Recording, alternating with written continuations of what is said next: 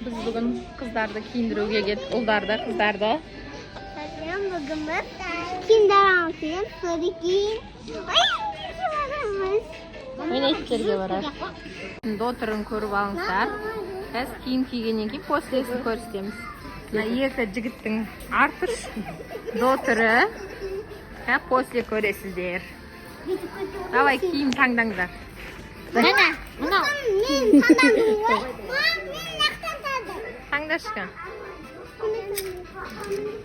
Так, 3-5 жас дейді. Кішкентай мамам бұрын кішкентай сезім ұрады. Сезімге ма? Иә, сезімге. Кішкентай. Ал бұл видео после деген видео, я? Иә. Сезім көркем өзіне осындай футболкамен шалбар алды. Сезім осындай футболкамен шорти алды, юбка сияқты. Дәулет пен Нити осындай футболка шорти алды. Кімнің киімі әдемірек екен? Комментарийға жаза кетіңіздер. Қайсының киімі әдемі? Нұрлыжанның ба, Дәулеттің ба, Сезімнің ба, Көркемнің ба? Ал енді біз қайда барамыз? Біз киеміз. Ойнайтын паркке.